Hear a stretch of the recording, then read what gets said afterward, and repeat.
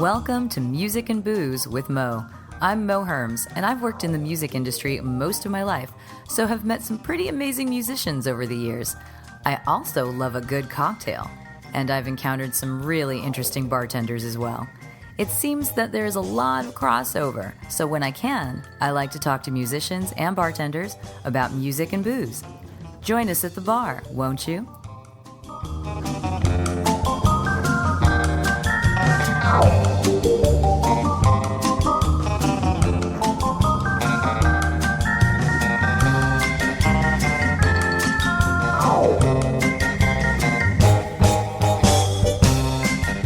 Music and Booze with Mo is brought to you in part by Barkeeper, a head shop for cocktail lovers located in the Sunset Junction area of Silver Lake. Stop by for barware, vintage glassware, a carefully curated selection of spirits, and one of the most impressive collections of bitters anywhere. That's Barkeeper in Los Angeles. Check them out online at barkeepersilverlake.com, or better yet, just head on down to the store.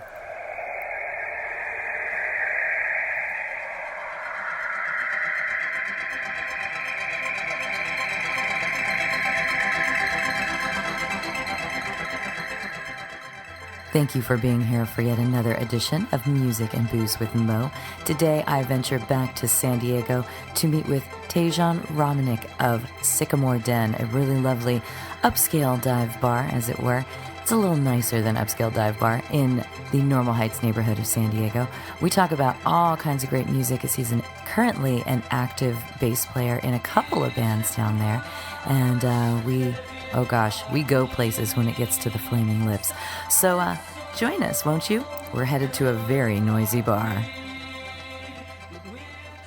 this is all about music and booze, so introduce yourself. Hello. Hi. My name is Taejon Romanik. I play guitar, I play bass, I play some keys. Oh my God, Renaissance man. Around town. And around town being San Diego. Around town being San Diego. You know, we've gone on a little bit of touring with one of the groups that I'm currently in. We made it to Austin and back.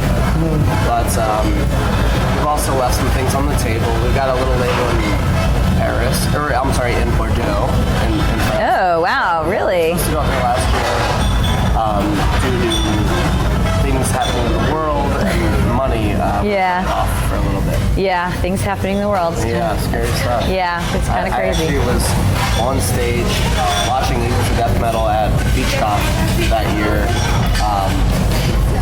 About, I want to say, less than 2 weeks prior to that. I spoke with Scotty Shooter from Dirty Dicks, and he was at that show. Yeah. At the Bataclan show in Paris. Oh, because Dirty Dicks is in Paris, in Montmartre, and he was at that Eagles of Death Metal show, because he knows those guys. They all grew up in the desert together, and he was at that show. Yeah. And I'm like, if you want to talk about it, you can. And he's like, I could. And then we just went another direction and everything, but... Much like we have. We've already sidetracked. So you play a lot of music. You play all kinds of stuff. Yeah, I do. Right now I play in a psych rock band called Wild Wets. Wild Wild Wets? Wets. Which is like a I like it. garagey rock band. And then I actually just reformed an old band called Dark 30, which is more like a Joshua Tree desert bike rock, kind of like Black Rebel. The psych rock is kind of thing. There's some of that. That's desert rock too. Yeah, big time, right. So I mean, there's actually a lot of overlap in those two groups. But the cool thing is, in Wets, I'm the lead guitarist and chief songwriter, whereas in Dark 30, I'm the bass player and secondary songwriter. So it actually. You play a lot of stuff. It feels well, it's good. It's good to have like two, for sure. avenues to For sure. And then, I came into this by way of Sycamore Den, because you also serve up amazing cocktails, which you've been doing. At the Sycamore Den, it's true. Yeah. I've been there since November 1st. But so what's funny is, for years and years and years, I've been working in bars since probably I was about 22. Back in Baltimore, where I'm from.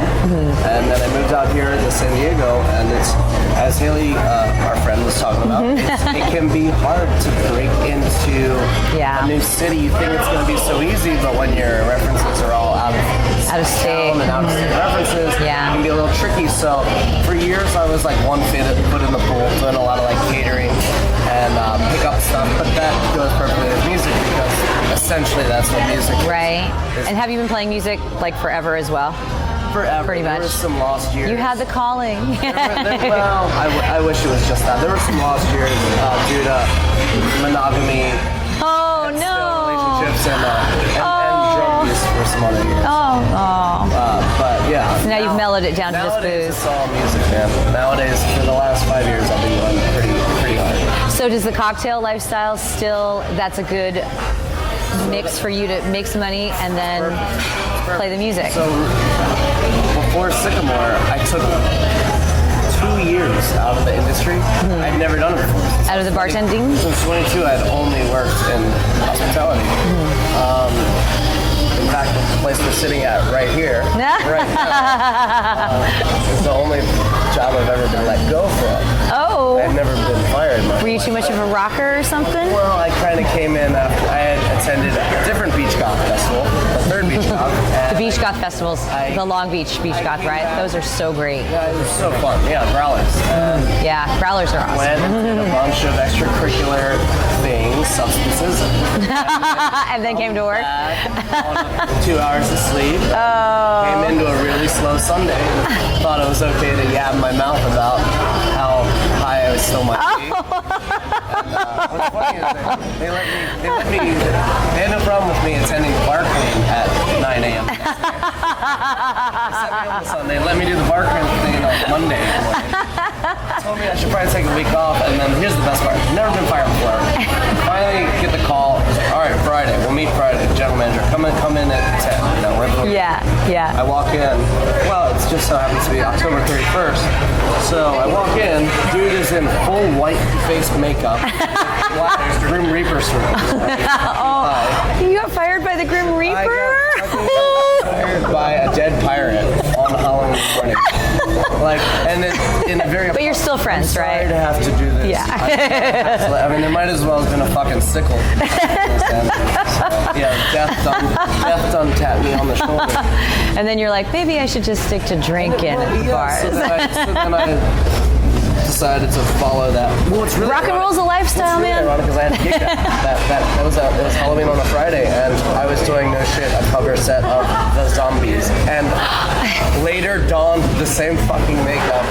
Asked me in the morning that night to perform the show in whiteface with black face. So what's really crazy and cosmic, my friends like to make fun of me for saying cosmic all the time. I did retail for those 2 years. Yeah. Played music, self-loathed. Yeah. And then got hired. My first day at Sycamore Den was November 1st. Exactly. The day- 2 years a year later. after you've been fired. I literally took exactly perfectly 2 days. So you know what? It was more of a sabbatical. It was a forced sabbatical from the cocktail it was a world. Reminder from the money gods that I will just be behind bars. A good kind. Do you mind being behind bars As though? long as they're not jail bars. Yeah. Oh, yeah. I love it. It's fucking amazing. To even try to do anything else felt boring. Yeah? How come? I liked working retail. I was managing a little thrift shop, and it was cool. It was cool setting the vibe and doing the music. In Yeah. a lot of ways, there's overlap of creating a vibe, creating hospitable experience. Yeah. But I mean, let's be honest. The money. Yeah, you're just getting paid an hourly rate. Honestly, I'm a night owl too, so Yeah. it lends Yeah. itself to being a musician and being, a bartender because I'm hardwired to be up till 2 or 3. I'm a night person too. I mean, it's just one of those things. It's since I'm fortunate that I can work from home and I work within music mainly, so. People want to have meetings with me. I'm like, cool. Can it be like it too? Yeah. Because even You if have to start it. right, totally. Even if I don't stay up late because I'm out somewhere, I'm still up late at home doing something, creating something. Me too. It's you that know? frenetic energy. To me, the creative Yeah. spark more often than not happens around In the that evening, 10 uh-huh. in that evening hour. Yeah. So tell me your creative spark in regards to cocktails then, Well, because you've been doing this for a long time, and Sycamore is one of these places that is known for having nice but here's drinks. what's funny. I mean, all humility. I started back on November 1st, not as a bartender. You were bar backing? I was not even bar backing. I was still holding down 40 hours a week at the shop I was managing. And then, a friend that had come to a gig, I played at the Lafayette Pool. Oh, cool. I love that space. Actually, Jesse just reminded me, this was exactly a year ago, a few days ago. I planted the seed then. I saw him. This is going to come full circle now. I saw him. You haven't talked to me enough to know how long my circle or wide my circles can get. So he comes to the gig because he's a fan of the band, and we catch up, and I plant the seed of like, hey, if you ever need any help, no ego, I'll start anywhere. Any being the key word. If you need a guy to help. Well, a few weeks later, he calls me and says, hey, I actually got a call from some friends that are doing Tiki Oasis. So the guys from Pagan Idol had hit him up and said, hey man, we're coming up for Tiki Oasis. And he goes, it would be so much smarter if we just picked up juice from you instead of bringing it all the way from, the Bay. So my first gig back in this world was juicing freaking limes and lemons for about 7 hours. Oh my god.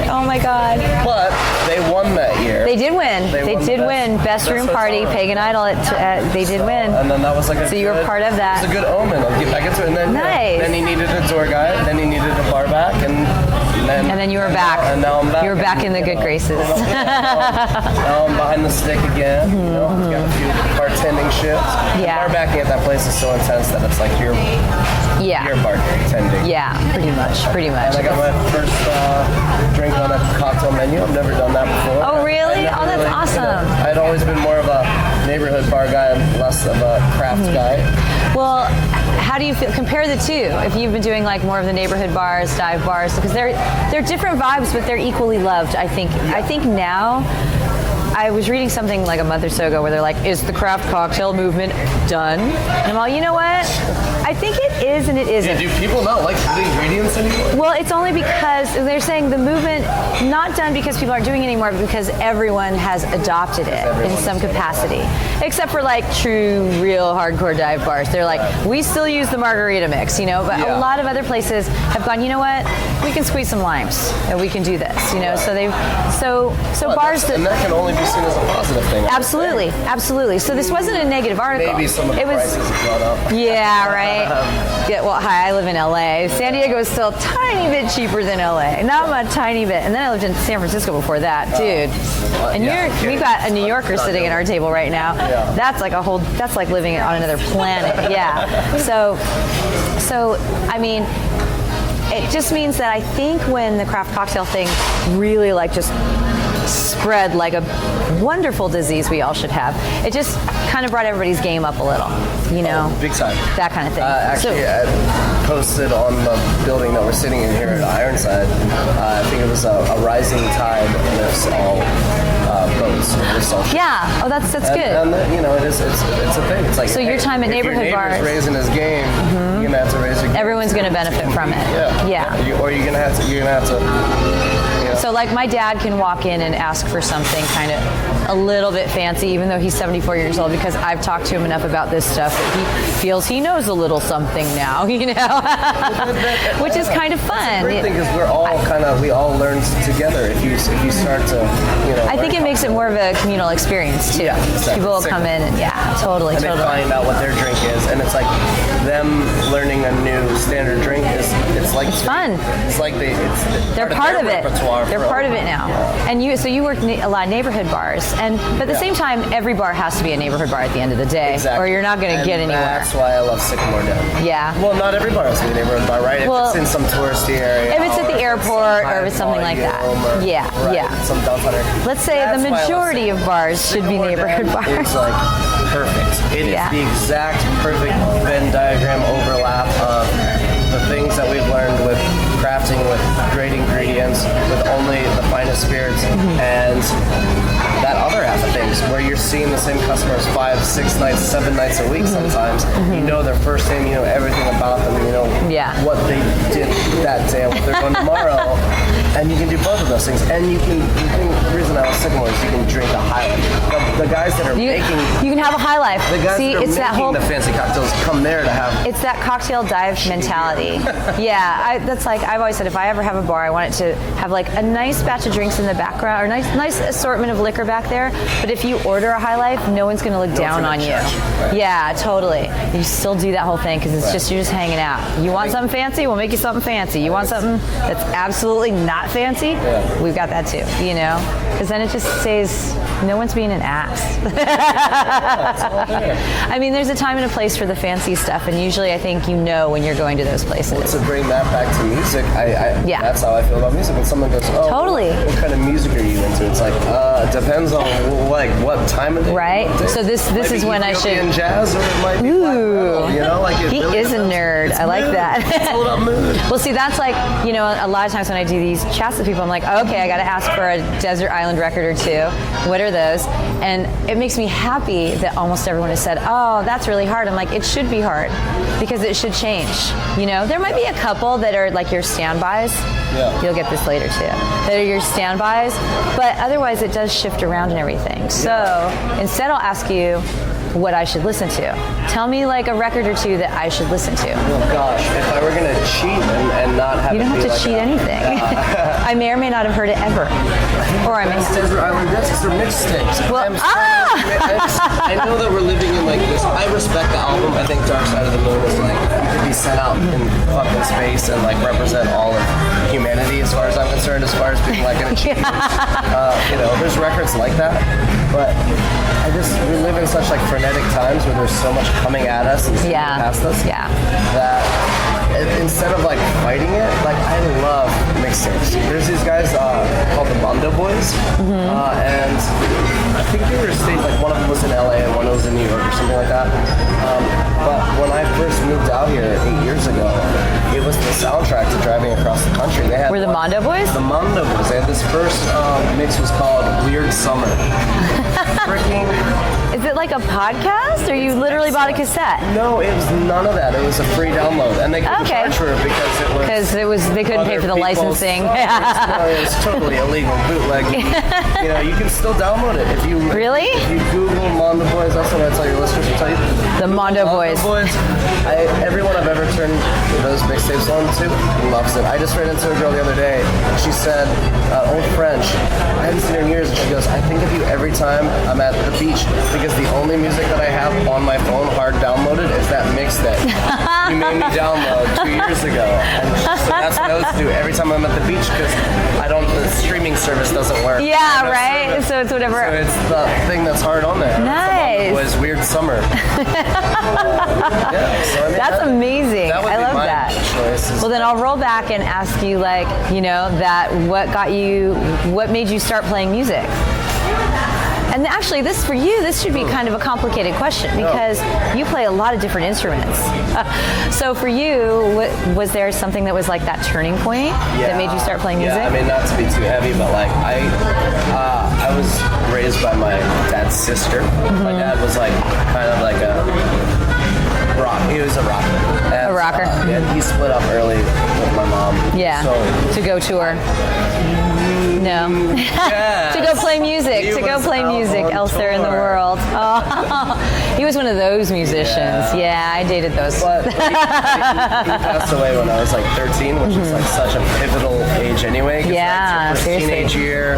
Yeah. So all of that catharsis and rebellion and rock and roll. So I definitely picked up. So your aunt had a handful to deal with. I picked up guitar not to be cute about it, but because I was in the Kurt Cobain and self-destruction and seeing how far you could. Yeah, grunge.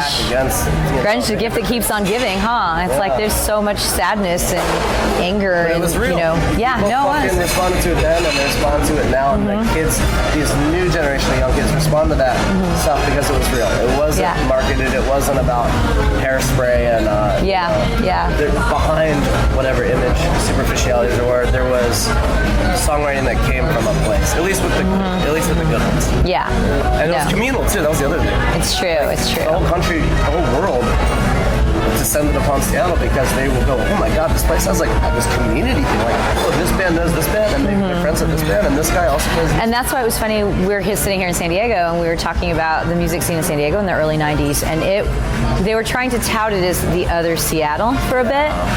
And it's a surefire way to jinx it, isn't it? Right, totally. But it was, like it was more like the publications were saying that because there was suddenly such a swell of bands that all played with each other. I mean, Drive Like Jehu, Hot Snakes, and Rocket from the Crypt being a prime example of that because they all shared members. They all shared members. So and 3 Mile Pilot shared members, I think, with Drive Like Jehu. So it's also San Diego and Seattle are both small towns. Yeah. I mean, I should say small cities. I would always tell people it's like a small, big city because I know it's on the map, but really it's not that big of a place. That's exactly what you're right. So all the musicians know each other and play with each other. So you get that communal vibe, which you were wanting very much at that time. Which I think secretly everyone is kind of wanting. Yeah, everyone kind of wants. Well, that goes with the bar scene too. It's true. That's why you have your regular bar. It's your home away from home. That's where you want to go hang out and chill and kind of relax before you have to dive back into whatever potential lameness you may have to deal with when you get home. You know, people want to be a part of the track. They want to be. They want to feel like they're part of something. Totally. And they should because. What was the first song you learned? Do you remember? Gosh, it would definitely be like Everything by Nirvana. That's what I learned all the time.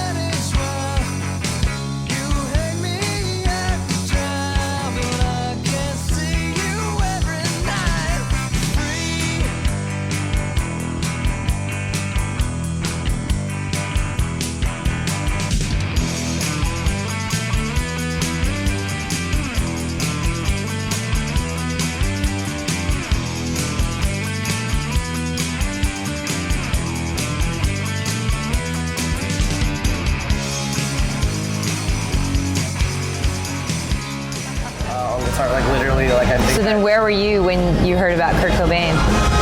I remember where I was. So that's what's ironic is I would have only been, I was 11, you know, when Kurt Cobain died, and I was like just getting into good music. Yeah. So I kind of knew it. Like I knew it as like, oh, that's that music video. Yeah, that's on cable, but I don't have cable. But I'm over at a friend's house. Yeah. It's the coolest thing that's on their cable TV. But what, ironically, is that my real dad is the one that told me. Like I remember we pulled up, and he said, "Oh my God, did you guys hear the news? Kurt Cobain killed himself." And oh wow. ironically later, my dad passed away later that year. So I think that triggered a whole series of psychological. What's your favorite Nirvana song?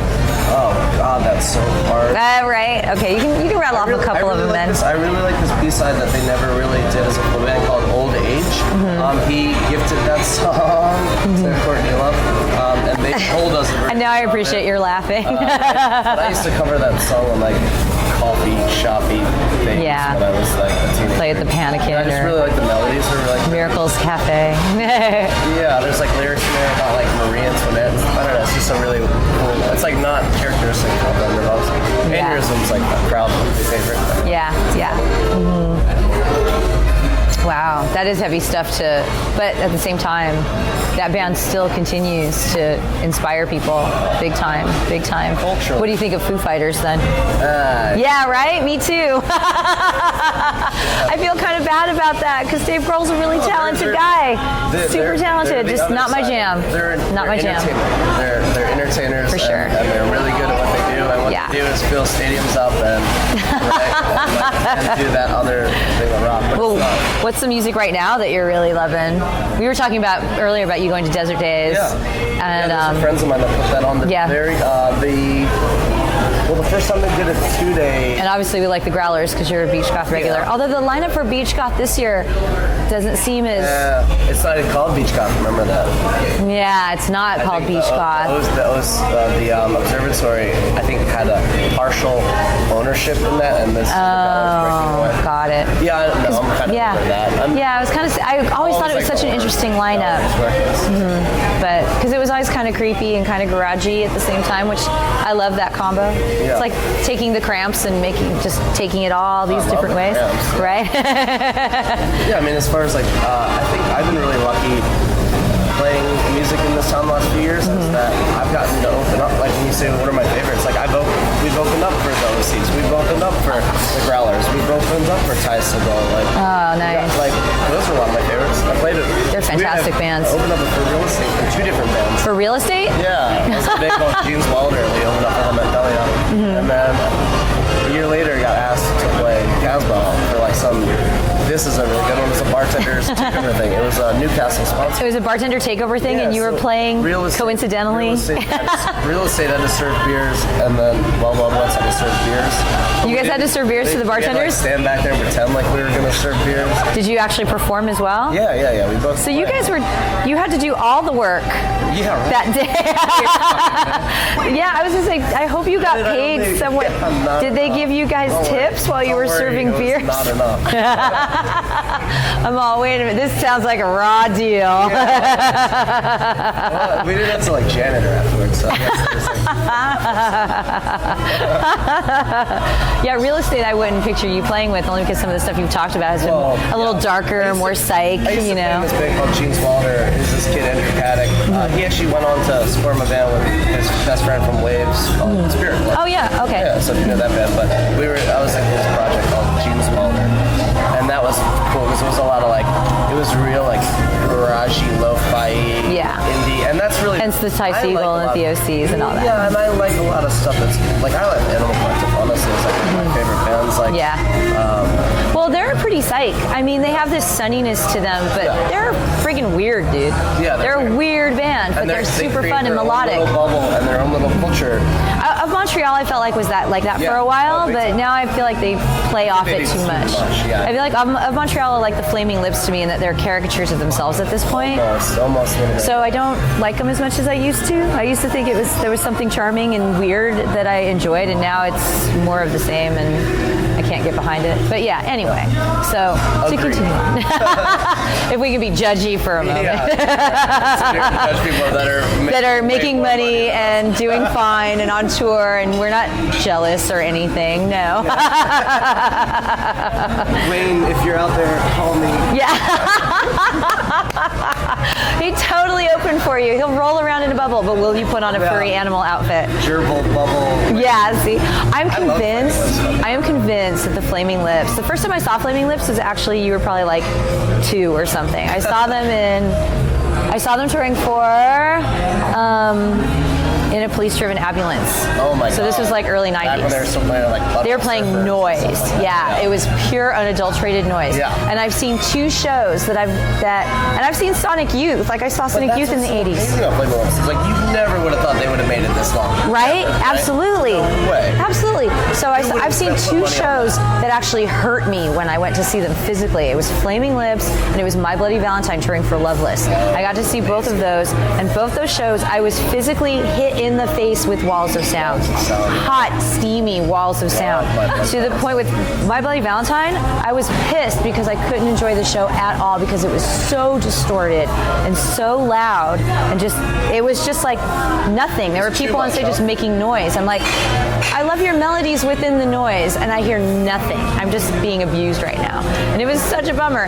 And Flaming Lips, on the other hand, I could accept it from them because what they did was nothing but noise. Yeah. They did noise and they did heroin, and they sweat a lot. and you could tell. You could tell. You could totally. You could smell that they were. Well, was it a place in San Francisco called Slim's, which was maybe Casbah size. Yeah. So you really could smell it. You actually. could literally. Yeah. Remember, even in the early 2000s, he was wearing that one white suit, and I swear he only had one. For the worst.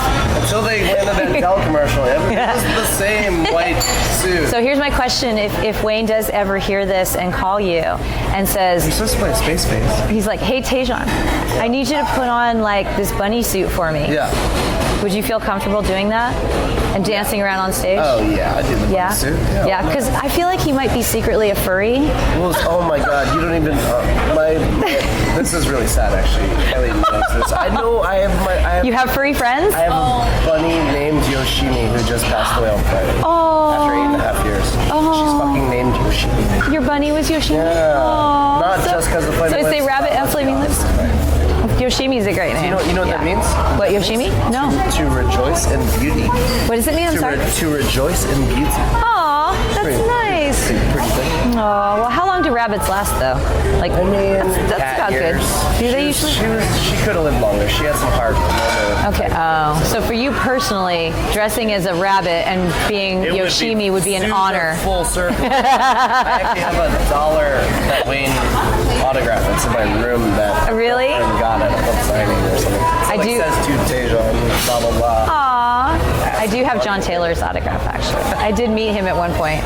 Of course, it was like 20 years after I was in love with him, but I still hyperventilated when he walked into the record store. Isn't that a great feeling when you like meet a hero? And they're nice. Yeah. That's the thing. That doesn't always happen. Yeah, and I normally wouldn't even carry. I don't think I carry around a bunch of heroes, but like at that 2 weeks before that, the famous French gig. Oh yeah, with the Eagles. Josh was actually playing drums at that show, and Josh is a cool dude. He's a very cool dude. A piece of gum, and that led to like a 20-minute conversation.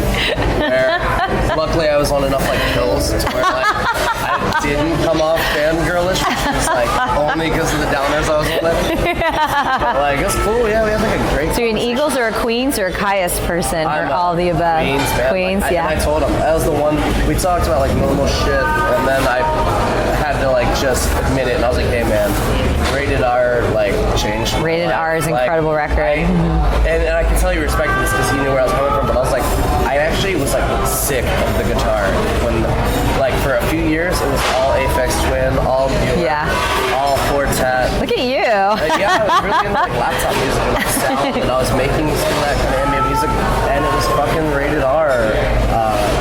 Better Living Through Chemistry. Rated R brought the balls back. Yeah, it just brought it. I loved that record. record. Brought the mystique back, brought the weirdness, it brought comic, or like a sense of humor. Yep. That's why they're so great. Amazing record. Because they're super talented and they can have fun still too. And they're one of those bands. So we talk about like bands that are like all like big money, you know. Blah, blah, blah. They see like characters. Queens are one of those bands like, no, you deserve it. You can be as big as you fucking want. Yeah, do whatever you want. Make as much money as you want. I don't they have care. a new record coming out like this week or something. Because I know behind all that, it's like he's a real ass dude. Yeah. You know, with a real ass wife and real ass kids and real ass mortgage, and he writes real ass songs. He is. He is super real ass. He was like so down. He was literally just tapping his drumsticks. He was probably freaking nervous because I don't think that Beach Gods show behind the kid was probably one of the bigger shows he played behind a drum set in a minute. In a long time, yeah. He was chewing the hell out of it. And he usually doesn't tour with Eagles either. He just records. He tours he just plays the drums. He's got to like it's alright. He can play that backwards in his sleep. But drums, you can tell he's like, all right, I gotta hold it together. All right, I'm going to bring it back to the cocktails and we can wrap this up. Okay. So, well, no, here's why. It's still music and booze. It's always music and booze at the end of the day. There's such a crossover with all of that because I've met the whole reason in the middle of the day too. Like now. Yeah, the whole reason I even started doing all this stuff was just because I just kept meeting so many people who were behind the stick but playing music or had played music and then bought a bar, and that there was this crossover. I think it's the communal thing, the bonding on all this stuff. Yeah. So you're listening to Queens of Death Metal. What are you drinking?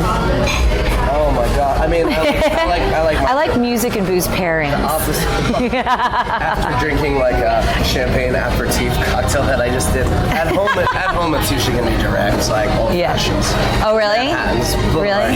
Yeah. My home bar setup. Those sound so fancy for Queens of the Stone Age.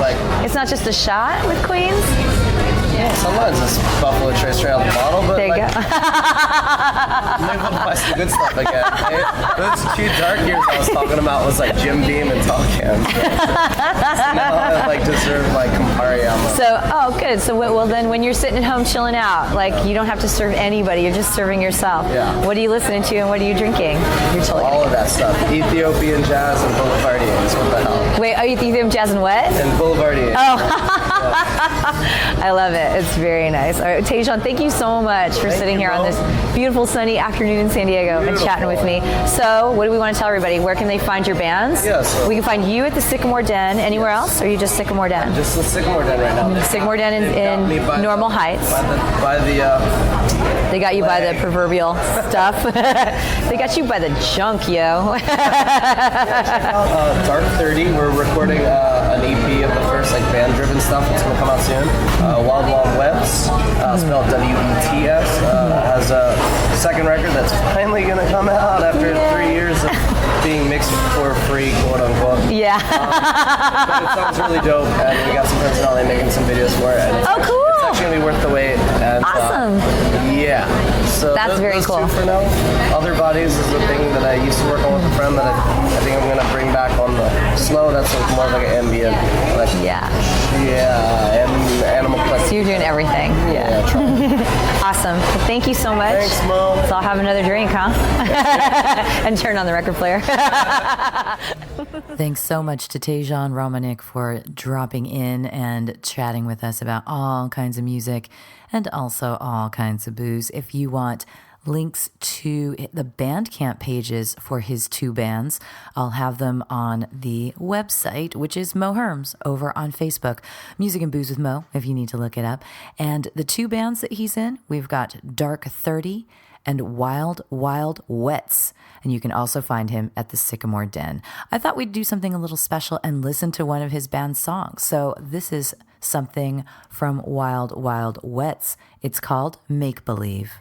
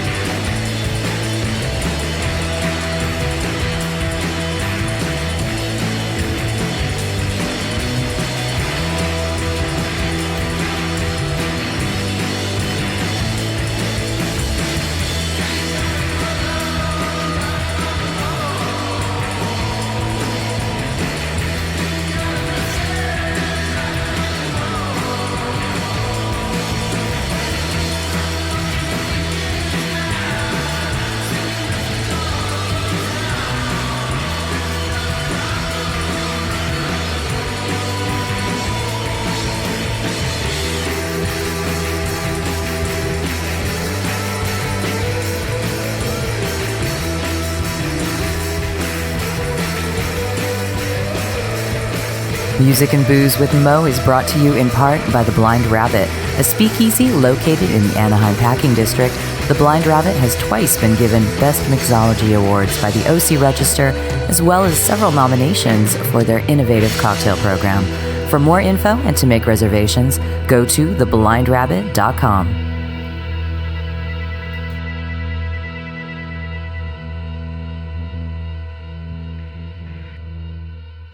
Music and Booze with Mo is brought to you in part by The Blind Rabbit, a speakeasy located in the Anaheim Packing District. The Blind Rabbit has twice been given Best Mixology Awards by the OC Register, as well as several nominations for their innovative cocktail program. For more info and to make reservations, go to theblindrabbit.com.